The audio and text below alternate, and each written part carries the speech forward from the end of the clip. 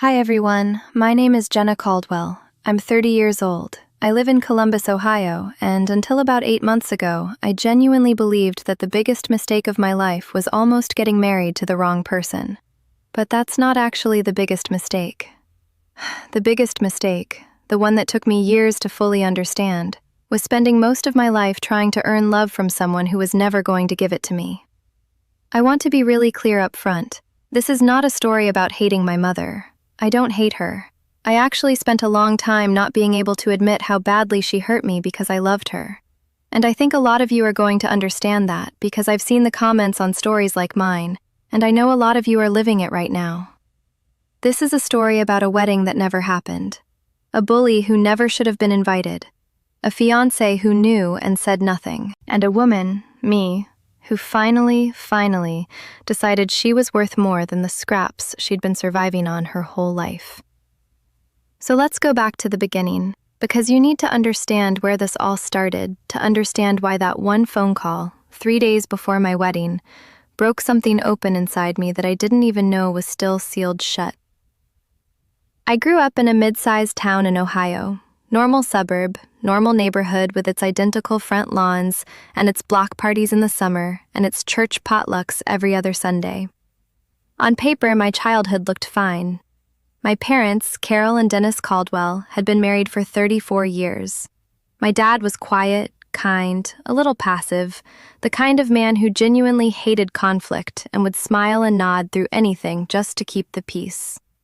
My mom was the opposite, loud, opinionated, the kind of woman who walked into a room and immediately assessed who was the most important person in it, and made sure everyone knew she'd already figured it out.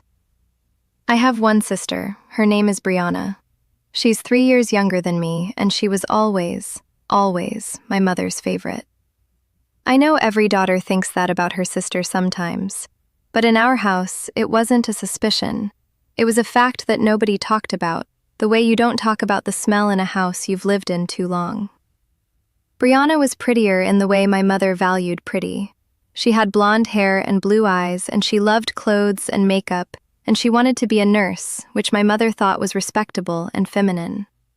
I had brown hair, and I was more interested in books and drawing, and I wanted to be a graphic designer, which my mother thought was unstable and not a real career. When Brianna got good grades, my mom would take her out for ice cream and call her grandma to brag. When I got good grades, my mom would say, "Good, keep it up." I don't think my mother was consciously cruel. That's what took me so long to understand. She wasn't planning to make me feel invisible. She just genuinely cared more about Brianna, and she didn't see any reason to pretend otherwise. And when you grow up in that kind of household, you do one of two things. You either start fighting for attention, or you go quiet and learn to need as little as possible. I went quiet. I was 11 years old, and I was already learning how to want less. Middle school is rough for most kids. For me, it was something else entirely. Her name was Kayla Morrison. She had a group, 5 or 6 girls who followed her everywhere like she was conducting an orchestra and they were all desperate not to miss a note. She was the kind of girl who could destroy you with a look, not even words sometimes, just a look and then a laugh and then a whisper to whoever was standing next to her. She started with me in 6th grade. I don't even know what I did. I've thought about it 1,000 times. I was new to the school. We'd just moved to a different district, and I was quiet, and I had secondhand sneakers, and I carried a sketchbook everywhere because drawing was the only place I felt safe. Kayla decided that was funny. It started small. Comments about my shoes, comments about my hair. Little things that you can almost convince yourself you imagined, except you didn't, because the people around her were always laughing. By 7th grade, it was notes slipped into my locker. Pages from my sketchbook that somehow went missing and showed up ripped and stuffed into the garbage near my desk. A rumor she started that I had lice, which sounds childish until you're 12 years old and no one will sit near you at lunch for 3 weeks. By 8th grade, she'd figured out something much more effective than any of that. She'd figured out how to make me invisible to everyone else. How to quietly, systematically make sure I had no real friends. She'd corner girls who were starting to get close to me and say something, I never knew exactly what. And suddenly, that girl would be unavailable, would look past me in the hallway, would sit somewhere else. I told my mom once. I sat down at the kitchen table on a Tuesday night when Brianna was at dance practice, and I told her there was a girl at school who was making my life really hard, and I didn't know what to do. My mom looked up from her phone and said, "Jenna, girls are mean. You just have to learn how to handle it." And that was it. That was the whole conversation. I stopped telling her things after that. High school was more of the same. Kayla and I ended up at the same school, which felt like a punishment I hadn't earned. By sophomore year, she'd moved on from active cruelty to something more refined, public mockery. She had a gift for it. She could embarrass you in front of a room full of people and make it look like she was just being funny. And everyone laughed because that's what teenagers do. They laugh because it means they're not the one getting laughed at. I want to tell you about one specific day because this is important for later. Junior year, February. There was a Valentine's Day fundraiser where you could send carnations to people anonymously through the student council. I got one. I remember being so surprised and happy. I held that flower in my hand in homeroom and I felt, for the first time in years, like maybe I existed to someone. It was from Kayla. The card said, "From your only admirer, since nobody real would ever send you one." She made sure half the class saw me open it. I went home that afternoon and I didn't come out of my room for 2 days. My mom told my dad I was being dramatic. Brianna knocked on my door once and asked if I wanted to watch TV, but I didn't answer. The school counselor called my parents that week because one of my teachers had noticed I hadn't been eating lunch. My mom went in for the meeting and came home and said, "The counselor thinks you're depressed. I told her you were fine, you're just sensitive." I was not fine, but I was 16 and I didn't have the language for what was happening to me, and the one person who was supposed to protect me had just told the school I was fine. So, that's Kayla Morrison. That's 8 words I never expected to have to say again after I graduated high school and moved away and slowly, painfully rebuilt myself into someone who knew her own worth. Or so I thought. I want to fast forward because I don't want to spend too much time in those years. I went to Columbus for college, studied graphic design, struggled financially because my parents didn't help much. My mom thought my degree was a waste of money, and she'd said as much. But I worked. I waitressed. I took on freelance clients while I was still a student. I graduated with a portfolio I was proud of and a job offer from a mid-size agency in Columbus before I even walked across the stage. I built a life. A real one, not the one I'd been surviving in. I had a good apartment. I had a group of friends, real friends, the kind who showed up when things got hard. I went to therapy for a while in my mid-20s, and that's where I first started understanding what my childhood had actually done to me. Where I first put words to the thing with my mom. Where I first admitted, out loud, that being raised the way I was raised had left marks. And then I met Daniel. Daniel Reyes. He was 32, a civil engineer, originally from Cincinnati. We met at a birthday party for a mutual friend. He was the guy in the corner eating chips and not trying to impress anyone, and I thought, I like him already. We dated for 2 years before he proposed. They were 2 good years, genuinely good. He was steady and calm. He wasn't dramatic. He made me laugh. He remembered things I mentioned casually in passing and brought them up weeks later, and that felt like being seen in a way I hadn't known I was hungry for. When he proposed, he took me to the park where we'd had our first real date, and he'd packed a picnic, and it was October, and the leaves were changing, and I cried before he even finished the question. I said yes. Obviously, I said yes. And for about 6 months, everything was beautiful. Here's where I need to be honest with you about something. My mother loved Daniel. More accurately, she loved the idea of Daniel. The stability of him, the job, the house he owned. She started being warmer to me after the engagement, and I hate how much that mattered to me. I hate that her warmth felt like validation, but it did. After 30 years of being the second daughter, suddenly she was calling me twice a week and wanting to come visit and asking questions about the wedding. I should have been more careful. I should have noticed that it wasn't really me she was excited about. It was the wedding, the event, the thing she could participate in and take ownership of and talk about at church. But I was happy. And when you're happy, you interpret warning signs as bumps in the road, not as cracks in the foundation. The first moment I should have paid more attention to. My mom suggested we invite her entire side of the family, including people I barely knew. I said we were trying to keep it small. Daniel and I had agreed on around 150 people. My mom said, "Jenna, you only get married once. Don't be selfish." Selfish, that word again. The word she'd always used when I had a need she didn't want to meet. I gave in. We added 30 more people. The second moment, my mom wanted to be involved in every vendor decision. The florist, the caterer, the venue. I tried to be gracious about it. Daniel kept saying, "She's just excited, babe, let her be part of it." And I wanted to believe that. The third moment, and this one I keep replaying, was about 6 weeks before the wedding. My mom and I were looking at the final guest list together, and she said something that I didn't understand at the time. She said, "You know, Jenna, people change.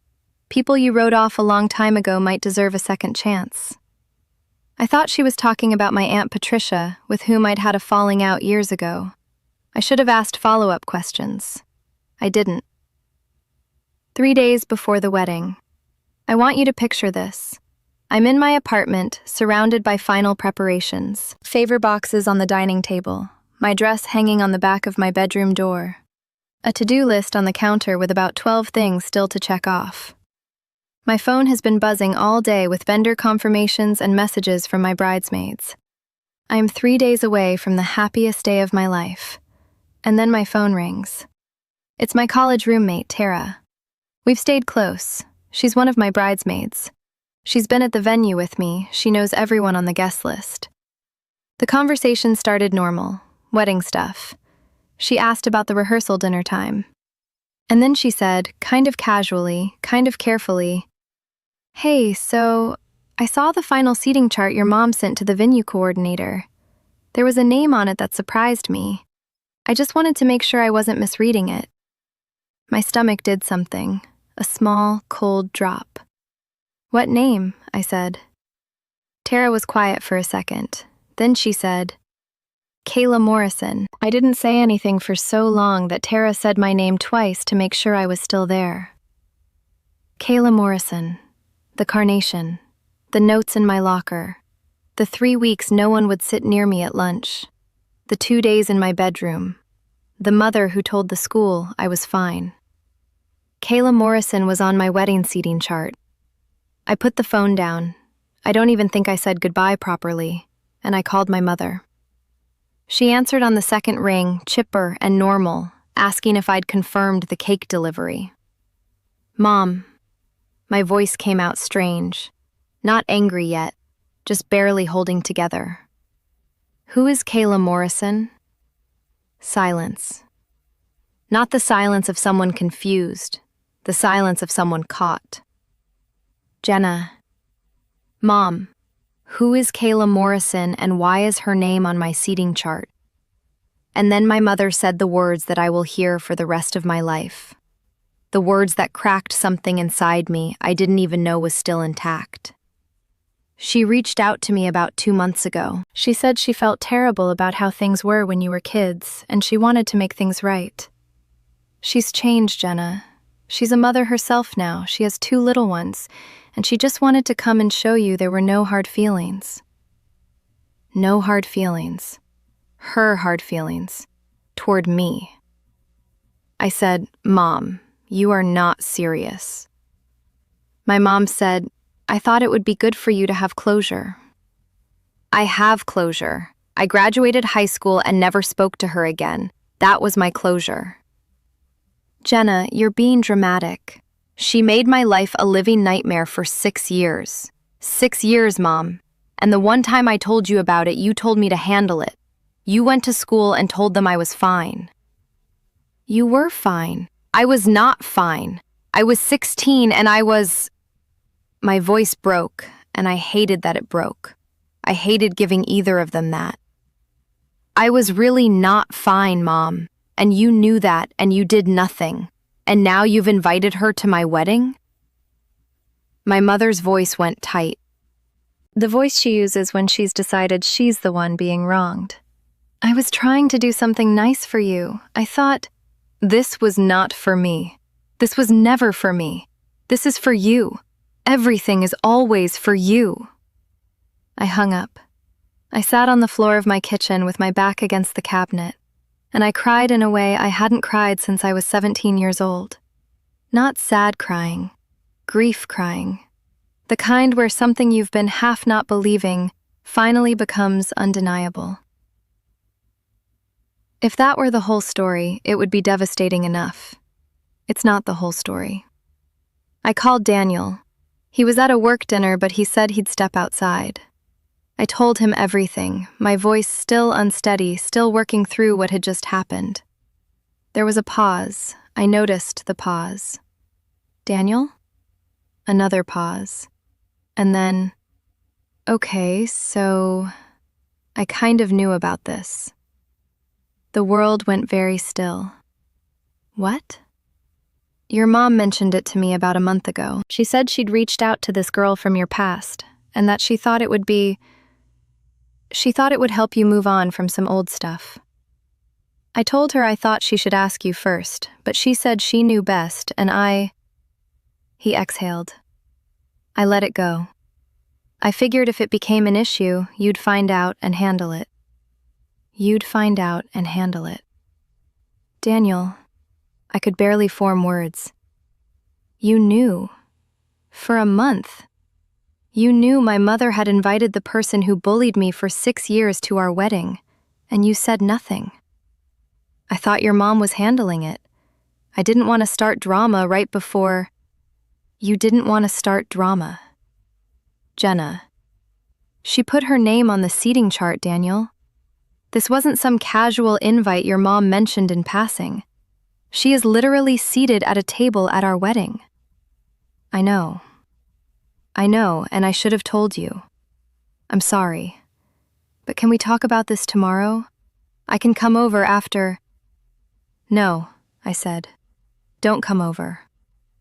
I hung up. I sat with both of those phone calls in my body for about 2 hours. I didn't move from the kitchen floor for a long time. My bridesmaids kept texting and I didn't respond. The favor boxes were still on the table. My dress was still on the back of the door. And I started asking myself a question I hadn't let myself ask in a very long time. Why do I keep accepting less than I deserve from the people who are supposed to love me? I want to pause here because I think this is the part where some of you might be wondering if I overreacted.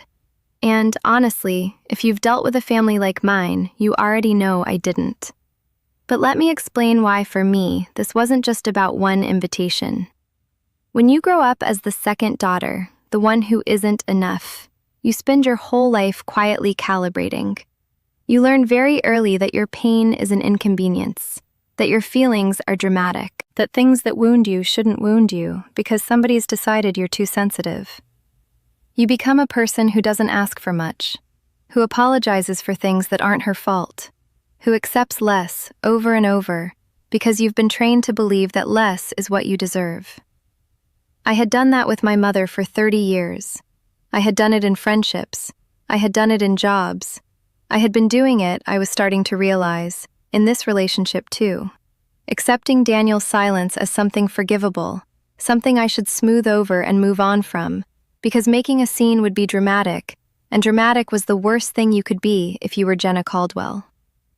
The therapist I'd seen in my mid-20s used to ask me, when you're deciding how to respond to something that hurts you, whose voice do you hear giving you advice? And the answer, almost always, was my mother's. The voice that said, you're being dramatic. The voice that said, let it go. The voice that said, people change, Jenna. Stop holding grudges. My mother's voice had been the loudest voice in my head for 30 years. I was deciding, on that kitchen floor, whether I was finally going to change the channel. Daniel came over anyway, of course he did. About an hour after I told him not to, he knocked on my door, and I was too exhausted to not let him in. We sat at the kitchen table, the one covered in favor boxes, and he looked genuinely distressed, which I want to be fair about. He wasn't cold, he wasn't dismissive. He looked like a man who understood he had done something wrong but hadn't fully processed how wrong. "I should have told you," he said immediately. "I'm sorry, that was a mistake." "Why didn't you?" He rubbed his face. "Honestly, because your mom pushed back really hard when I said she should tell you. She said you'd make it a whole thing, that you'd refuse to let it go, and—" He stopped, and I believed her, which I shouldn't have. That's on me. She said I'd make it a whole thing. Yeah. About the bully who made 6 years of my life miserable. I know how that sounds now. Does it sound like you took my abuser's side over mine? He winced. That's not what I was trying to do. But it's what you did. He didn't answer that. He couldn't, because it was true. I asked him to tell me everything, every conversation, everything my mother had said, and everything he had agreed to and gone along with. And as he talked, I started to see the shape of it. Not a conspiracy, nothing that calculated. Just a man who had grown up in a normal family who didn't know the difference between drama and genuine harm. A man who had loved me and still, fundamentally, hadn't understood me. He'd heard my mother say I was sensitive, and part of him had believed her. That's what hurt the most. Not the choice he made, the fact that after 2 years, my own fiancé could listen to my mother call me dramatic and not push back. "I need you to hear something," I said. "Really hear it. Not fix it, not find a solution. Just listen." He nodded. What Kayla did to me wasn't normal meanness. It wasn't just girls being mean. She isolated me, deliberately, consistently, over years. She made sure I had no friends. She destroyed things I made. She humiliated me in front of people specifically when I was starting to feel okay. And every time I tried to reach for safety, my mom, my teachers, I was told I was being dramatic. I was told to handle it. I was invisible. He was quiet. And my mother has known about all of this for my entire adult life. I've told her. Not everything, but enough. And she still invited Kayla to my wedding. Not for me, because Kayla reached out and my mother thought it was a nice gesture, and she decided, like she has always decided, that her judgment about my feelings matters more than my actual feelings. "I understand," he said quietly. "I don't think you do. Because if you understood, if you really understood, you couldn't have heard her say, 'Jenna will make a whole thing about it,' and chosen to say nothing. Because a person who understood would know that I deserve to make a whole thing about it." He was crying a little by then, not in a manipulative way, genuinely. He was putting it together, but sometimes understanding something too late is still too late. I didn't sleep that night. I don't think I slept at all. I lay in the dark, with Daniel asleep on the couch. I'd asked him to stay. I didn't want to be alone, but I couldn't share my bed, not that night. And I stared at the ceiling, and I thought about what it would mean to go through with the wedding. I thought about walking down that aisle, my mother in the front row, proud and pleased, having won the argument by default because the wedding happened. Kayla somewhere in the middle of the room, seated, welcomed, forgiven by my mother on my behalf. Daniel at the altar, the man I loved, the man who'd had a month to say something and hadn't. I thought about the version of me that would get through that day, smiling, gracious, forgiving everyone in real time, because what else was I going to do with 200 guests and a paid-for venue and a dress on my door? And I thought about what that version of me would feel, alone, years later. I thought about my mother's voice saying, "You're being dramatic." And I thought about how many times I'd believed her. I thought about the carnation. From your only admirer, since nobody real would ever send you one. I sat up at around 4 in the morning. I went to my laptop. I typed a message to the venue coordinator. I told her to hold off on any final setup changes, that there had been a change in circumstances, and I would be in contact by morning. Then I wrote a long message to Tara.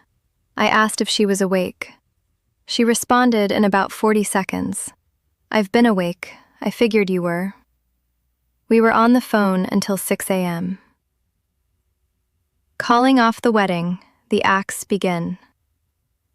Tara did not tell me what to do. She asked me questions. Good questions, the kind a therapist asks. What do you want, not what do you feel like you should do? If you go through with it, how do you see yourself in 5 years? If you don't, what does the next week look like? And at some point she said very quietly, Jen, you've been trying to earn your mother's love since you were 11 years old. You have been optimizing yourself for someone who has never changed the criteria. And now you're considering going through with this wedding partly because canceling it will upset her. And I think you need to hear yourself say that out loud. I said it out loud. It sounded as terrible as I knew it would. By 8 a.m., I had made my decision. I called the venue. I called the caterer. I called the florist. Each of those calls was its own kind of grief. The coordinator's sympathetic voice, the caterer asking carefully about deposits, the florist going quiet and then saying, Honey, I'm so sorry. Then I called Daniel. He picked up on the first ring. I'm not going through with it, I said. Not like this. He didn't fight it. And looking back, I think that says something. I don't know if it says he loved me enough to respect my decision, or if it says he'd seen this coming. Maybe both. What do you need me to do? He asked. I need you to not call my mother before I do. I need to be the one to tell her. He agreed. I called my mother at 9 in the morning. She answered already cheerful, talking about what she was wearing to the rehearsal dinner that evening.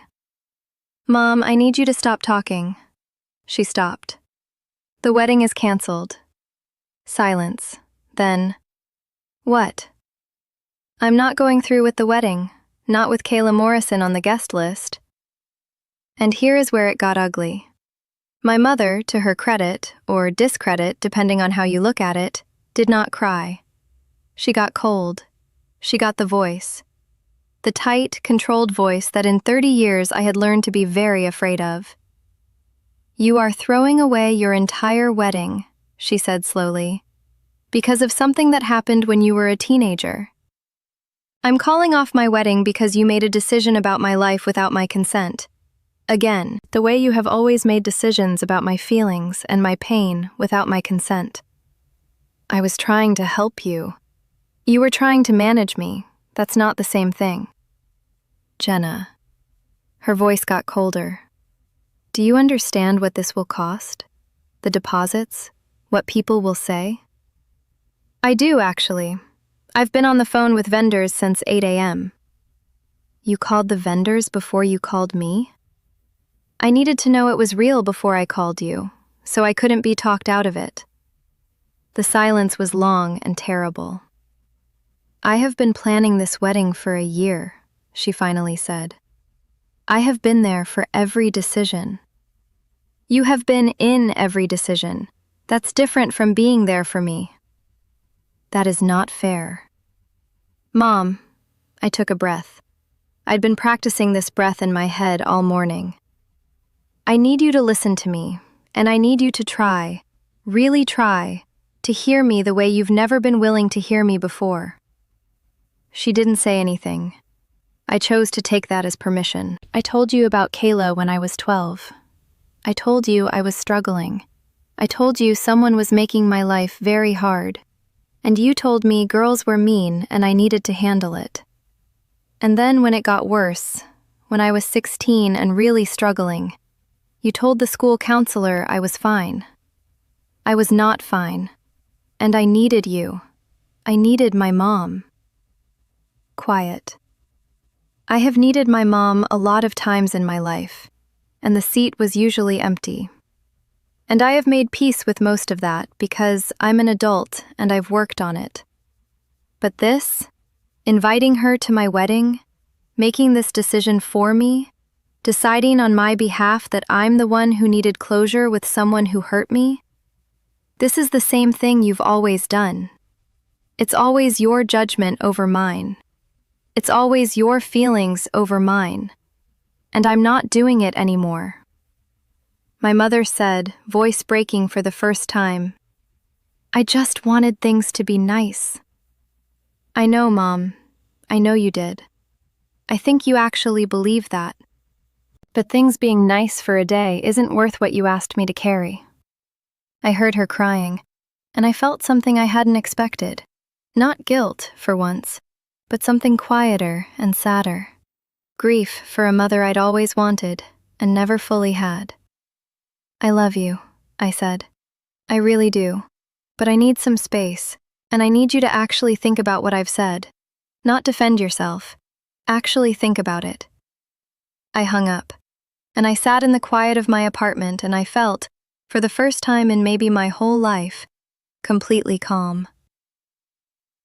The next 24 hours were like standing in the middle of a Category 5 hurricane, while somehow remaining completely still in the eye of it. My phone exploded. My mom had called Brianna, who called me in disbelief. My mom had called my Aunt Patricia, who sent me a long message about how I was breaking my mother's heart. My dad called, his voice careful and soft, and said, "Jenna, baby, I know your mother isn't always easy, but is there any way to figure this out?" And I told him, very gently, that there wasn't. Not right now. 2 of my bridesmaids called to offer support. One of my bridesmaids, a girl I'd known since college who also happened to be friends with my mother from church, called to tell me I was making a terrible mistake and I'd regret this forever. I removed her from my phone contacts. A few of the guests found out through the family grapevine before Daniel and I could send the formal cancellation notice.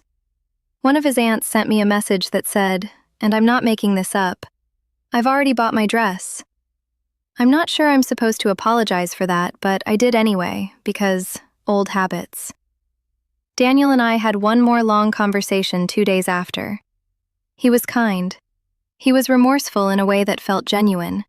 He said all the right things, and I believed that he meant them. But here's the truth. Even if I had gone through with the wedding, something had shifted. I had looked at the person I was about to marry, and I had seen that somewhere inside him was a man who had heard my mother call me dramatic and shrugged, who had known for a month that something would hurt me and chosen the easier path of silence. He wasn't a villain, he was just a man who hadn't fully understood me, and I didn't know if that could be repaired in a way that was real, not just patched.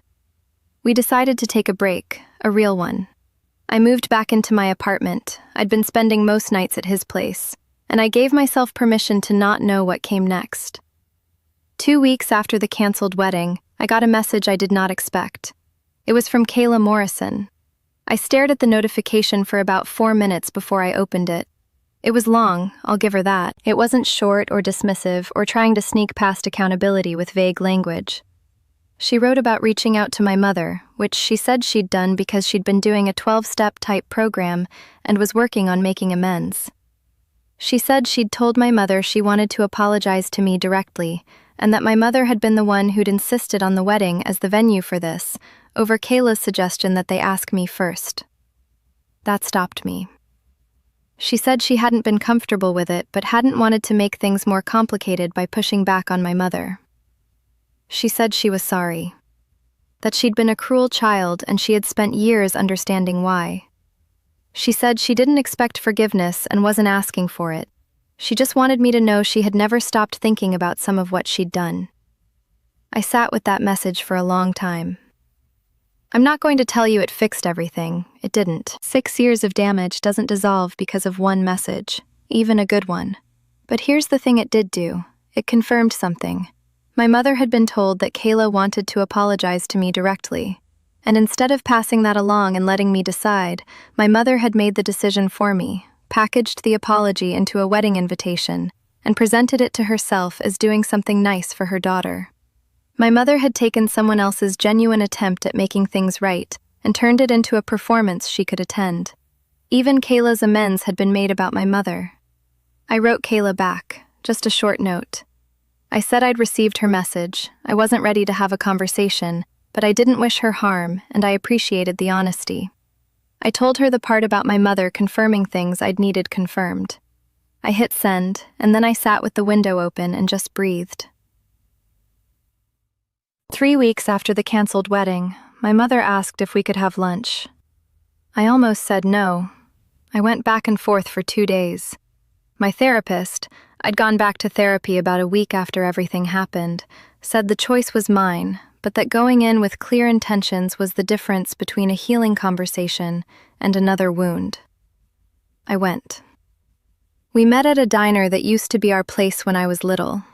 Neutral ground with nostalgic furniture, which felt appropriate. My mother looked tired, less polished than usual. She ordered coffee and didn't touch it. We sat in silence for a moment, and then she said, "I've been thinking about what you said." "Okay," I said carefully. "I've been thinking about it a lot, actually. About the counselor meeting. About the things you've told me over the years." She looked down at her coffee cup. "I don't think I fully understood how bad things were for you." "I know. I really did think that you were handling it, that you were resilient. You seemed so self-contained. You never cried. I cried alone, Mom, in my room, where it was safe." She flinched. "I know," she said again, quieter. "I want to tell you that she apologized fully, that we cried together and everything unlocked and some old wound stitched itself closed right there at that diner table. But that's not what happened. What happened was messier and smaller and more real. She said she was sorry for the counselor meeting. She said it specifically, by name. I should never have told them you were fine. Those words, said plainly, without qualification, meant more to me than I expected them to. She didn't fully understand the Kayla situation yet. She still thought her instincts had been good, that she'd been trying to help. We talked through it slowly, and I explained, again, more patiently than I would have believed possible, why that wasn't the point. Why the point was consent. Why the point was that it was my story, and my hurt, and my decision to make. By the end of the lunch, she was quieter than I'd ever seen her, not defensive, just sitting with something. She said, "I think I've made everything about me, with you, for a very long time." "Yeah, Mom," I said softly. "You have." She nodded, she looked out the window, and she said, "I'm not sure I know how to be different." That was the most honest thing she'd said to me in 30 years. I said, "I'm not asking you to be a completely different person overnight. I'm asking you to try. And I need you to let me tell you when it's happening and actually listen instead of defending." She said she would try. We'll see. I'm being careful with how much I trust that. But it was a beginning. Daniel and I talked again about 6 weeks after the wedding that didn't happen, in the parking lot of a coffee shop, which felt like an appropriately unglamorous setting for the conversation. He told me he'd been seeing a therapist too. He said a lot of things had come up in those sessions that he'd needed to look at, about how he navigated conflict, about the habit of peacekeeping that had led him to make the decision he made. "I didn't protect you," he said, "and I keep coming back to that. Not because I wanted to hurt you, but because I defaulted to the path of least resistance, and you were the one who paid for that." I nodded. "Do you want to try to fix this?" he asked. "I'm not asking you to. I'm asking what you want." And here's where I surprised myself. I said, "I think I need to be alone for a while first. Not because I hate you, and not because I think you're a bad person, because I've spent so long arranging myself around other people, my mom, you, everyone, that I don't actually know what I want when I'm not doing that. And I need to find out." He said he understood. I think he meant it. We're not together. We're not figuring it out in the background. We are two people who genuinely cared about each other and got to a place where the caring wasn't enough to bridge what had broken. Maybe that changes someday. Maybe it doesn't. But for the first time, I'm making that decision from a place of clarity instead of fear. So here's where I am now. It's been 8 months. The venue refunded about 60% of the deposit because I'd become close with the coordinator and she went to bat for me. The favors, all those little boxes on the table, I donated to a women's shelter that does birthday celebrations for residents. I thought that felt right. I'm living alone. I've redecorated my apartment in a way that feels entirely like me and no one else. I have a print of a painting I've loved for years that I never hung because I wasn't sure if Daniel would like it. It's on my wall now. I look at it every morning. My relationship with my mother is a work in progress, genuinely. She's trying, in the uneven, imperfect way of someone who has always been a certain kind of person and is 62 years old and trying to learn to be different. I see her about twice a month. When she does the thing, the dismissing, the minimizing, I name it, calmly, and sometimes she hears me and sometimes she doesn't. But I no longer rearrange myself to protect her from her own reflection. That change, small as it might sound, is enormous. Brianna and I have actually gotten closer. She called me about 2 months after everything happened, and she said something that I hadn't expected. I always knew Mom was different with you. I didn't know how to say anything. I should have said something. I didn't tell her she should have. I just said, "Thank you for saying it now." We're building something new, the two of us, slowly. And me? I'm doing the work. Therapy, running, cooking things I actually like instead of things that are easy. Reading in the mornings. Taking on design projects that excite me instead of just the ones that pay safely. I'm learning what Jenna wants. Not what Jenna is allowed to want. Not what Jenna can get away with wanting without being called dramatic. Just what she actually wants. It turns out she wants quite a lot. She was just waiting for permission that was never going to come from outside. And here's the thing I want to say to whoever is watching this right now, because I suspect some of you came for the drama, and maybe you stayed for something else. If you are the child who was never quite enough, if you are the person who learned to go quiet, if you are the one who has spent years not quite believing that the way you were treated was actually as bad as it felt, it was. I'm not asking you to cut people off, or cancel things, or make dramatic announcements. I'm asking you to do what I did, slowly, over years, in the privacy of a therapist's office and the quiet of too many late nights. Tell the truth about what happened to you. Not to punish anyone, just because the truth deserves to be said. You are allowed to protect yourself. You are allowed to set conditions on relationships that hurt you. You are allowed to cancel the wedding, metaphorically or literally, and feel grief and relief at the same time. Being difficult about your own pain is not the same as being dramatic. Knowing what you will and won't accept is not the same as holding a grudge. Loving someone and still refusing to be harmed by them is not a contradiction. It took me 30 years to learn those things. I wanted to say them out loud, here, in case someone is watching who needed to hear them 10 years earlier than I did. I want to end with something small. A few months ago, I was cleaning out an old box from storage, the kind of box you always mean to sort through and never do. And I found my old sketchbooks from middle school, the ones from before Kayla's group.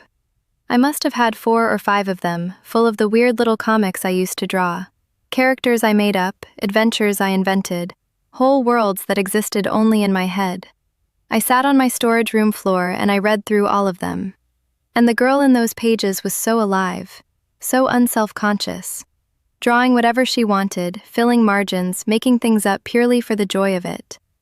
I thought about the girl who came after, the one who learned to need less, the one who went quiet. And I thought about now, about the 30-year-old woman in the apartment with the painting she always wanted, cooking things she likes, figuring out what she wants. I think I'm getting back to those sketchbooks. I think I'm finding my way back to the girl who made things just because they delighted her, before anyone told her that was too much. That's the ending I want. Not the wedding that didn't happen. Not even the mother who may or may not figure out how to love me the way I needed. The girl with the sketchbook.